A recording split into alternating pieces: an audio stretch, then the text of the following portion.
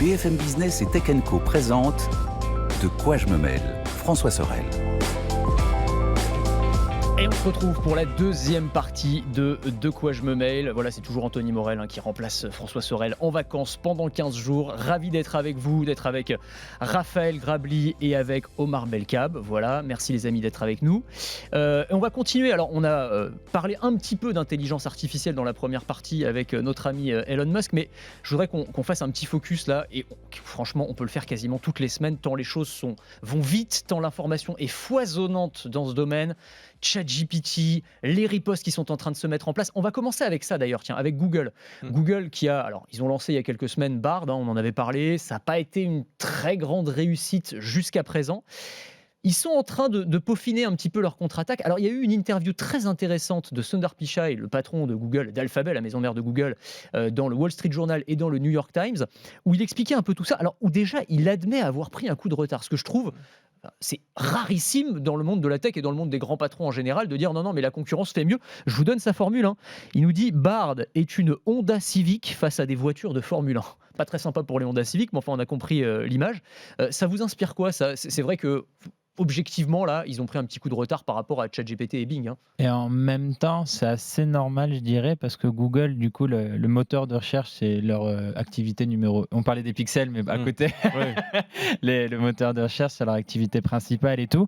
Du coup, un changement radical comme ça, comme on nous présente l'IA et tout, pour eux, ça peut avoir des conséquences dramatiques si ça se passe mal. Et on a vu en plus le lancement où il y a eu donc une erreur dans la présentation qui a fait perdre, je ne sais plus combien en valorisation boursière. 100 milliards, je crois. Oui, voilà, enfin, énorme.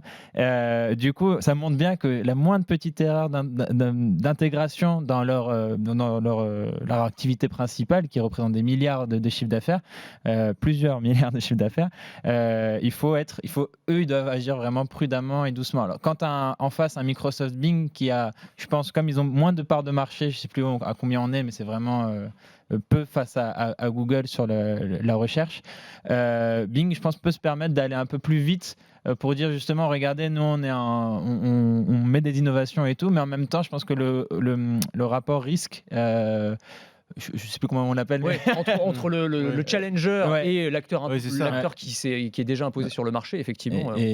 Donc Google, voilà, si Bard arrive, quelles seront les conséquences pour les annonceurs aussi, enfin, la pub qui doit s'afficher en haut, est-ce que c'est Google Bard qu'on mettra à la place des emplacements publicitaires? Enfin, il y a des questions comme ça qui, je pense, se posent en coulisses et qui font que Google ne peut pas aller aussi vite qu'il l'aimerait sans doute y aller. Oui, c'est l'intérêt d'être un outsider, c'est que quand Bing, effectivement, j'ai pas les parts de marché exactes, mais enfin, il y a quasiment personne qui l'utilise, donc c'est remonté un peu, justement, depuis ChatGPT. Attendons de voir sur un an. Attends, et moi je veux dire, juste parenthèse là-dessus, moi je vous dis, maintenant, j'utilise plus Bing que Google. C'est-à-dire, j'ai téléchargé l'appli Bing pour utiliser ChatGPT. Oui, mais t'es pas représentatif. Je pense qu'on n'est pas... Non, mais je pense pas être le seul. Non, vous, par exemple, vous continuez à utiliser non, plus j'utilise Google. pas Bing. Non, c'est vrai j'avoue que j'utilise pas Bing. J'ai découvert un petit peu, mais j'avoue que je suis retourné sur Google. Non, peut-être que ça jouera un peu. Non, mais ça a permis de mettre la lumière sur Bing. Mais quand on est outsider, c'est plus facile. Google... forcément, je veux dire, le moteur de recherche de Google, il est utilisé, je sais pas combien de milliards de fois à la seconde. Et en fait, la différence, c'est que quand il y a une bourde de ChatGPT sur Bing et qui va balancer n'importe quoi, il va y avoir un article de journaliste et les gens vont lire via l'article de journaliste. Si c'est Google, les gens vont directement tomber sur cette bourde. Donc, ce ne sera pas du tout le même effet parce qu'eux-mêmes vont utiliser Google. Donc, quand on est Google, on ne peut pas du tout se permettre d'impair. Et donc, à mon avis, la phase de test, elle va durer quand même un petit moment. Et oui, après, ils ont perdu la manche de l'innovation, entre guillemets, aux yeux du grand public. Après, ce qu'il y a sous le capot, est-ce que c'est fondamentalement très éloigné en termes de techno ? Je suis pas si convaincu. En tout cas, ce qui est sûr, c'est qu'ils veulent monter en puissance. Alors, ils ont aussi annoncé là, une mise à jour pour Bard. Alors, nous, on n'y a pas encore accès. C'est que les Américains pour l'instant. Et encore, c'est pas tout le monde. C'est un peu compliqué. Alors, en entrant un tout petit peu dans le détail, mais en gros, ils utilisaient jusqu'ici un Large Language Model, comme on appelle ça, qui s'appelle Lambda. On en avait beaucoup parlé. C'était celui qui avait rendu fou, vous vous souvenez, un ingénieur de Google qui croyait qu'il était devenu conscient. Enfin, il y avait toute une histoire autour de ça qui était assez folle. Et donc, ils vont le remplacer par un autre modèle qui s'appelle Palm, qui est visiblement encore plus puissant, 540 milliards de paramètres, et qui pourrait apporter des réponses plus pertinentes et donc être plus concurrentiel face à notamment GPT-4. Et j'imagine que ça risque d'être une des pierres angulaires de la fameuse Google I.O., grande conférence des développeurs, qui se déroule dans quelques semaines. Ouais, le 10 mai, si je dis pas de bêtises, c'est le 10 mai Te trompe pas, t'y 2023. vas, alors. Ouais, je vais prendre le mauvais. Ne pointe pas à l'aéroport 3 jours après. Et la Google I.O., normalement, c'est souvent des annonces logicielles. L'IA, ça fait un moment quand même. Lambda, c'est aussi à la Google I.O. il y a 1 an ou 2 ans, ils avaient fait quand même un sacré focus dessus. Mais c'est vrai qu'en Google I.O., historiquement, on l'associe à la nouvelle version d'Android qui est présentée un peu plus en détail, la bêta qui s'ouvre à d'autres constructeurs et des choses comme ça. Souvent, c'est à la Google I.O. que ça se passe. Il y a aussi des projets un peu intéressants. Il y avait à l'époque les Google Glass qui avaient fait, c'était en 2014.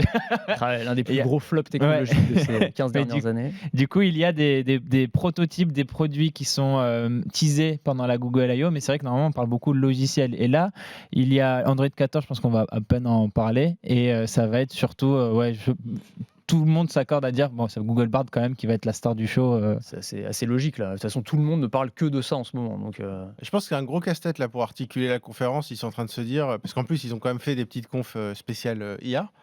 À mon avis, ils doivent être assez partagés entre la part accordée à Android, qui est quand même hyper important dans la Google I.O. et puis qui financièrement pour Google, enfin je veux dire, c'est quand même hyper important, et vraiment le côté IA qui est peut-être encore un peu plus nébuleux, mais il faut être là absolument.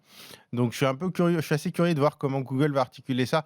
Enfin, on parle de la conf de présentation, évidemment que derrière la Google I.O. c'est 2-3 jours, des ateliers, machin, donc évidemment qu'il y aura 50 000 choses là-dessus, mais quelle place ça va prendre dans les annonces et comment va s'articuler leur conférence? Est-ce qu'elle sera fondamentalement différente des années précédentes ou est-ce que ce sera quand même de l'Android majoritairement avec un petit twist IA? Mais voilà. Peut-être aussi donner envie aux développeurs d'utiliser Bard, de s'en emparer, de faire de l'applicatif qui intègre Bard, comme d'autres applications ont commencé à s'emparer de ChatGPT. On a parlé déjà de l'écosystème applicatif qui se met en place, c'est pas rien. Oui, mais attention parce que mettre en place des API, dire aux développeurs pluguez-vous sur Bard et tout, ça veut dire aussi que si demain vous avez je sais pas combien de 10 000 applis qui sont pluguées sur Bard, quand Bard fait n'importe quoi, c'est 10 000 applis qui font aussi n'importe quoi. Donc, c'est pas de la cartographie où il peut y avoir un bug dans Maps, où il y a un problème d'adresse ou je ne sais pas quoi. C'est-à-dire qu'on se lance dans un déploiement qui est tellement massif que forcément, on ne peut pas avoir testé toutes les possibilités. Et on voit bien les dangers de ChatGPT. D'ailleurs, il suffit de voir les avertissements qu'il y a sur le site d'OpenAI sur ChatGPT par rapport à ce qu'il y avait au lancement. Au début, il n'y avait rien. Aujourd'hui, il y a des avertissements partout. Attention, il peut dire n'importe quoi. Attention, enfin vraiment. On se rend compte qu'il y a quand même des gros problèmes aussi de RGPD, de contrôle des données personnelles, de contrôle d'exactitude des informations. Enfin, on se rend compte qu'il y a 1000 problèmes. Et donc, quand on est Google, quand on lance la même chose avant de dire à 10 000 développeurs, venez plugger ça sur notre API Bard, faut faire gaffe. Parce que si demain, ils doivent faire machine arrière, c'est pas seulement eux qui font machine arrière, c'est aussi leurs dizaines de milliers de développeurs partenaires. Ouais, c'est vrai. Et puis, il y a la question du modèle économique que vous abordiez l'un et l'autre, qu'il va falloir aussi repenser du côté de Google, parce que forcément, ça va vampiriser une partie des recherches. Et Google, c'est quand même son modèle économique. La moitié du chiffre d'affaires d'Alphabet, au sens large, c'est les recettes adossées au moteur de recherche. Et là, forcément, il va falloir repenser. D'autant que, alors j'ai lu que, qui disait ça? Je crois que c'était un responsable de Microsoft, qu'une recherche sur ChatGPT par rapport à une recherche sur un moteur de recherche, ça coûte 10 fois plus cher. Parce qu'il faut faire tourner des serveurs. C'est la suite de ce qu'on disait aussi sur l'API. Déjà, il va falloir la faire payer, il va falloir la mettre à disposition, mais il va falloir trouver des revenus autrement plus importants parce que la publicité qui finance des recherches Google, ok, la publicité qui finance des recherches Bard, il va falloir trouver quelque chose de bien plus rentable. Donc là, c'est un enjeu énorme. Et puis après, il y a quand même un sujet qui va commencer à se poser. Je pense, notamment quand on s'appelle Google et qu'on est dans la Silicon Valley, c'est le côté écolo. Il y a une étude qui est sortie qui montre qu'en fait, une conversation de 30-40 échanges avec ChatGPT, c'est la consommation en eau douce d'une bouteille d'eau. En fait, il faut refroidir, comme évidemment, il faut énormément de puissance de calcul. C'est à peu près le même problème qu'avec le Bitcoin, même si on peut faire une comparaison avec le Bitcoin. Il faut refroidir les serveurs. Or, les serveurs Ils sont pas tous en Islande, il se trouve qu'il y en a aussi beaucoup au Texas où il fait 60 degrés. Et donc pour refroidir ces serveurs, c'est extrêmement compliqué. Et donc c'est aussi un gouffre énergétique. Et ça, il va falloir quand même très rapidement l'intégrer quand on va se poser la question de l'intérêt de ces technos. Omar. D'autant plus que c'est un discours porté par ces mêmes entreprises qui, Bah, c'est ça, qui disent à chaque fois la neutralité carbone, nous on a voilà nos objectifs, voilà ce qu'on a fait comme avancée, mais si c'est derrière pour... Mais c'est marrant d'ailleurs parce que en fait, quand on parlait au début de ChatGPT et on a parlé de cette lettre ouverte signée par Elon Musk, c'était les dangers existentiels pour l'humanité. On va supprimer tous les emplois, diffusion massive de fake news. Est-ce que l'IA un jour va pas se retourner contre nous? Et on se rend compte en fait que les premiers problèmes apportés par l'intelligence artificielle, ils sont beaucoup plus terre à terre et beaucoup plus concrets. C'est bien sûr. problème écologique, problème protection des données. Tu le disais, hyper intéressant. Vous avez vu l'histoire de Samsung, incroyable. Ouais, Donc Samsung qui s'est rendu compte que en fait il y avait eu des fuites de données parce que un certain nombre de salariés rentraient des données C'est confidentielles normal, dans si tu veux faire ChatGPT. l'analyse de documents, tu transmets les documents, mais Ouais. personne se dit, mais tiens, j'envoie des documents. Mais parce qu'aussi, il y a un biais. On a l'impression de parler à quelqu'un qui ressemble à un humain, donc on se dit, après tout, j'envoie pas tellement des documents à une machine. Je dis quelque chose et on me répond. Ouais. Mais non, tu envoies des documents. Et puis après, il y a la question. Et il y a une autre question en plus de la protection des données en elles-mêmes. Il y a la question, et c'est aussi dans le RGPD, de l'exactitude des informations. Quand tu as un service, une plateforme qui donne des informations sur toi, ces informations, tu peux exiger qu'elles soient vraies et pouvoir les modifier. Or, tu ne peux pas. Et il y a le député Renaissance, Éric Botorel, qui a constaté qu'en fait, ChatGPT racontait n'importe quoi sur lui et qui a déposé une plainte devant la CNIL contre ChatGPT. Ouais, j'ai vu ça. Ouais. Ouais, mais c'est aussi important. Pour moi, ça, c'est des erreurs de jeunesse. Moi, je vous le dis franchement, ce sera plus ça dans 6 mois. Ou voilà. Peut-être. J'ai l'impression que Oui. en fait, c'est des gens, si tu veux, là, c'est comme si on venait juste d'inventer la voiture. Donc c'est une révolution incroyable et les mecs te disent ouais mais il y a pas d'airbag, il y a pas d'assistance à la conduite, c'est nul votre truc. Bah non en fait c'est juste le début de la voiture et attendons 6 mois, un an, alors, 2 ans ça va ton s'améliorer. analogie, je suis totalement d'accord avec toi. Simplement, quand tu es Google, ça revient à filer la bagnole à 90% voilà. de l'humanité. Bah, peut-être attends qu'il y ait l'airbag. La voiture, c'était au début une certaine élite. Là, c'est vraiment touche tout de suite énormément de personnes. Et effectivement, il y a donc des questions terre à terre. Tu disais, il y avait aussi donc là Samsung, c'était beaucoup de développeurs aussi parce que côté développement, ça a été très plébiscité ChatGPT parce qu'on peut aller beaucoup plus vite. Tiens, j'ai besoin de ces lignes de code pour faire ça et tout. Quelle serait la meilleure façon de le faire? Il te répond. Et sauf que pour avoir une réponse plus précise, il mettait des documents sensibles pour Samsung. Et il y a autre chose aussi, j'ai vu... Il y a une partie du code source de Samsung qui s'est retrouvée en du plus, coup, et ouais. que des mecs ont retrouvé alors qu'ils avaient rien à voir avec Samsung. C'est incroyable. Et il y a autre chose, j'avais vu, c'était un chercheur qui a pu programmer un malware grâce à ChatGPT. Alors normalement, ChatGPT a des garde-fous. On peut pas juste dire aide-moi à arnaquer des gens, non. Mais il a fait bout à bout, enfin petit bout par petit bout, et ensuite il les a compilés. Et il dit qu'il a pu faire. Bon, donc évidemment, il n'a pas partagé.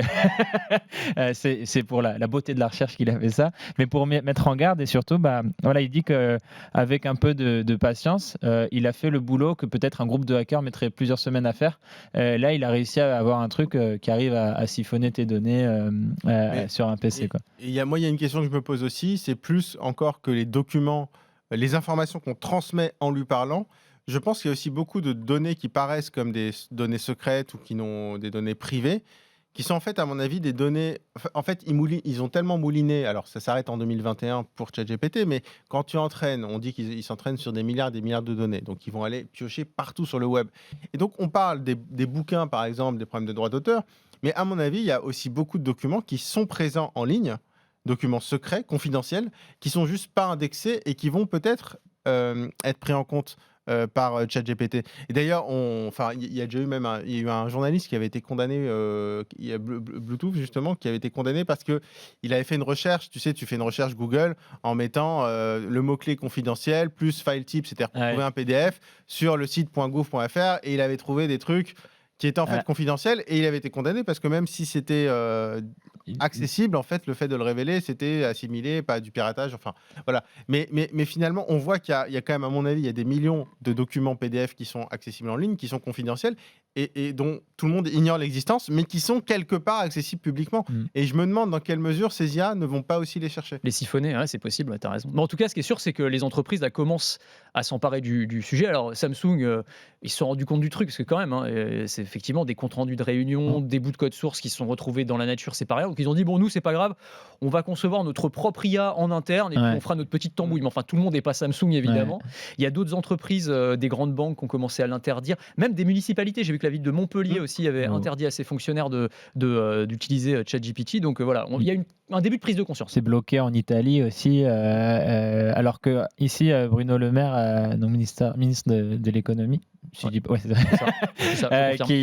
a dit que lui il voulait encadrer, pas interdire, mais encadrer. Donc on n'aurait pas la même perspective qu'en Italie, mais en Italie ils ont carrément dit. Mais si je peux me permettre, c'est pas lui de décider. Oui, non, bien sûr. Façon, il donnait son avis. Oui, c'est ça, mais parce que c'est quand même. Jean-Noël Barrot, le secrétaire d'État au numérique, a dit la même chose. Non, c'est pas eux de décider ça. La CNIL doit statuer. C'est pas eux qui gèrent. Mais tu vois, est-ce qu'on va donner leur avis évidemment mais on va se retrouver dans la décision. Dans la même caricature que d'habitude, c'est les États-Unis créent, la Chine copie, l'Europe régule et taxe, quoi. Tu vois, c'est aussi mais un on peu est bon le problème. pour ça. Bah ouais, je sais pas si on devrait s'en féliciter, mais enfin bon, bref, on va arrêter là-dessus. Alors on va juste finir sur un dernier sujet et je vous le dis les amis, c'est pas la peine de revenir la semaine prochaine puisqu'on sera tous au chômage visiblement, puisque ces fameuses intelligences artificielles vont nous remplacer, nous aussi, les journalistes. Alors il y a des démonstrations assez spectaculaires en ce moment, et notamment celle de cette chaîne du Koweït, chaîne d'information, qui a donc présenté une journaliste virtuelle, il faut bien le dire comme ça, pour présenter les infos. C'est vrai que les images, on les voit pour ceux qui regardent sur YouTube, sinon vous pouvez les trouver sur Internet facilement, elles sont quand même assez spectaculaires, et cette dame, elle n'existe pas en fait, les amis. Oui, alors après, est-ce qu'on va être remplacé par ce type d'outils? Non, mais évidemment que c'est assez impressionnant. Alors après, il manque, disons que c'est un peu froid. Donc après, quand on regarde la télé quand même, ou peu importe les infos, il y a le format JT très classique qui est froid, voilà, qui peut correspondre. Mais il y a aussi quand même les interactions en plateau. Je pense qu'on en est encore assez loin, mais symboliquement, je me dis que ça pourrait être utilisé, peut-être pas sur toutes les grandes chaînes d'infos, etc.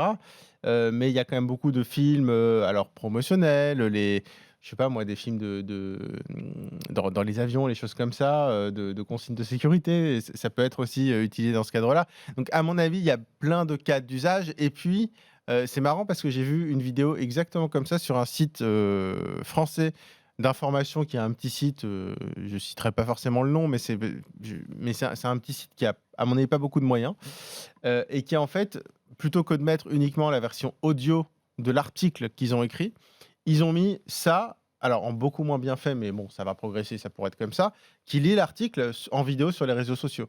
Donc ça va permettre aussi d'illustrer des articles en vidéo.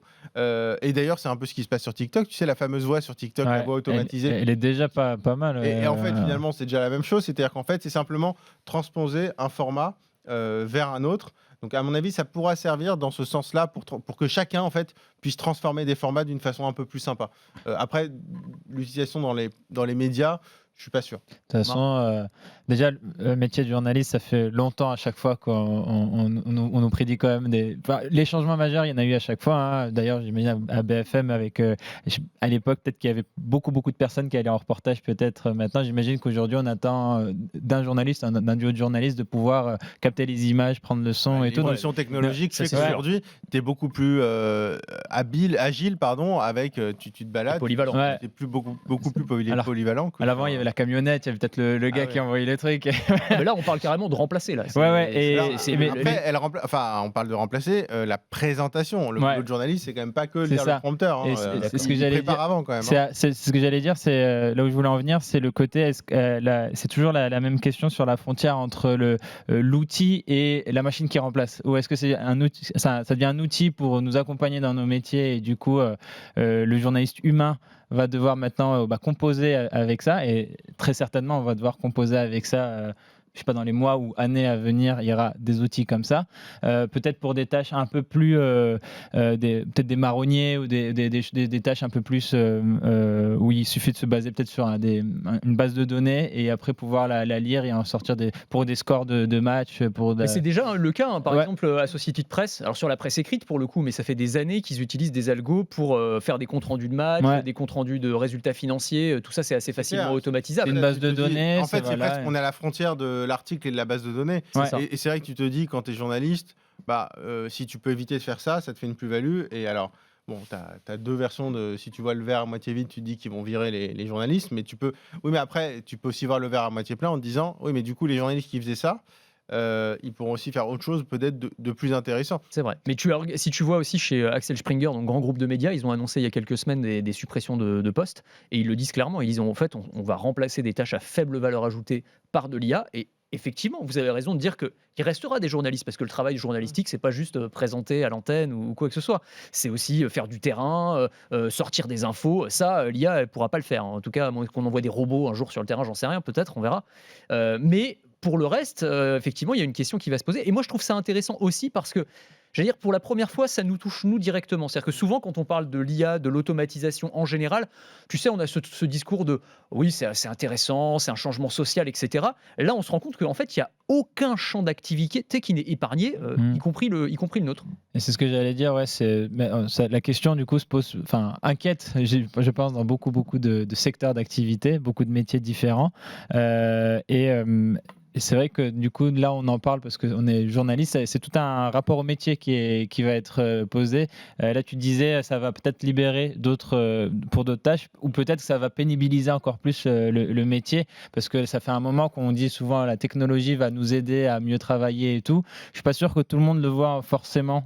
Sur les 20 dernières années, 30 dernières années, on a des évolutions incroyables. Je suis pas sûr forcément que le rapport au travail soit mieux perçu par les jeunes générations aujourd'hui que par je me demande en fait à quel point ça peut améliorer. Ce qui est sûr, c'est qu'on va devoir composer avec. Mais est-ce que ça, maintenant, je trouve que c'est un peu difficile de savoir si ça va être mieux ou moins bien. Il y a différentes modalités, parce qu'on voyait donc ce visage là, donc de la chaîne Koweïti qui a été, en fait, c'est un visage pour le coup composite. Ça représente absolument personne, même si le résultat est très réaliste. Mais alors en Chine, ils ont fait un truc différent. Je sais pas si tu te souviens, Raphaël, c'était la Xinhua, qui est l'agence d'État, où ils avaient ils appelaient ça des journalistes composites, où en gros, en fait, tu prends un vrai journaliste, donc tu prends Raphaël. Tu crées un jumeau virtuel. Oui, là, c'est du deepfake, en fait. C'est ça, c'est du deepfake. Et on te fait dire n'importe quoi. Et du coup, toi qui as déjà des bonnes journées, mais là, pour le coup, on peut te faire bosser H24, t'es sur les réseaux sociaux, t'es à l'antenne. Si t'es payé, ça va. Ouais, voilà, c'est ça. Est-ce que tu serais payé pour Tu vas vendre ton image comme licence, tu vois, c'est peut-être ça le prochain modèle économique. Mais en même temps, moi, je trouve ça assez sain, finalement, que souvent, quand on est journaliste, on discute de sujets d'un point de vue extérieur. Et je trouve ça bien aussi de discuter des sujets en étant concerné. Tout à fait. Parce que je pense qu'on a un regard aussi un peu différent. Et je trouve ça très sain et très bien aussi que de temps en temps, on puisse discuter de sujets qui nous concernent directement. Et je pense qu'on en parle peut-être aussi un peu différemment, c'est clair. Parfait, on va s'arrêter là les amis. Merci beaucoup, c'était passionnant comme d'habitude. Merci Raphaël, merci Omar. Merci beaucoup. On te retrouve très vite Omar, c'était la première mais franchement on valide Raphaël. Hein. Moi c'est bon pour moi. C'est bon pour moi aussi, allez c'est bien, c'est validé. Et puis merci à tous de nous avoir suivis, merci pour votre bienveillance parce que la configuration change par rapport à d'habitude un petit peu. On se retrouve la semaine prochaine, c'est encore moi, avec il y aura Nicolas Lelouch notamment et voilà, d'autres probablement, pour continuer à discuter et à commenter l'actualité tech. Très bon week-end à tous et à très vite. De quoi je me mêle sur BFM Business et Tech & Co.